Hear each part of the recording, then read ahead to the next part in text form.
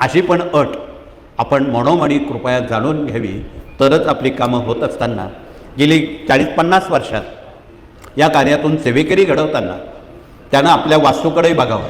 स्वामींचा आशीर्वाद दिला म्हणजे वास्तू कशी असली तरी चालते असं चालणार नाही. नंदुरबार जिल्ह्यात आज बरेच सेवेकरी आहेत, 40 वर्षापासून सेवेकरी आहेत, अनेक महाराष्ट्रातल्या अनेक जिल्ह्यात आहेत. अजूनही तो नैऋत्येला दरवाजा आहे, ईशान्येला टॉयलेट आहे, ईशान्येला जिना आहे. कसं काय स्वामी काम करते? नैऋत्य दिशा ही यमधर्माची आहे, ईशान्य दिशा ही ईश्वराची आहे. आणि चुकीच्या गोष्टी जर घरात असतील, तुम्ही किती गुरुचरित्र केले, तुम्ही किती पारायणं केली, मला नाही वाटत त्याचा काही उपयोग होईल म्हणून. ती स्वामींच्या खात्यावर सेवा होत नाही. म्हणून आपणाला कळकळीचं निवेदन आहे की सर्वप्रथम आपण आपली वास्तू शाबूत आहे का, केलेली सेवा आपल्या खात्यावर जमा होते का.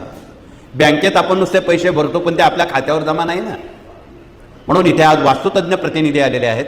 त्यांनी सर्वप्रथम उभं राहून सेवेकरी घडवताना वास्तुशास्त्राचा समावेश अत्यंत मौलिक आणि महत्त्वाचा आहे, बिना तोडफोड. म्हणून या विभागाकडे आपण थोडंसं लक्ष घालावं. सेवेकरी म्हणवणाऱ्यांची तर जास्त जिम्मेदारी आहे, त्यांना हे शास्त्र अवगत पाहिजे, विदित पाहिजे, सांगता आलं पाहिजे. म्हणून त्यांनी सर्वप्रथम ज्ञानदान 1 ते 4 ग्रंथाचा जर पानं चालले, मला नाही वाटत कुठे जायची त्याला वेळ येईल म्हणून.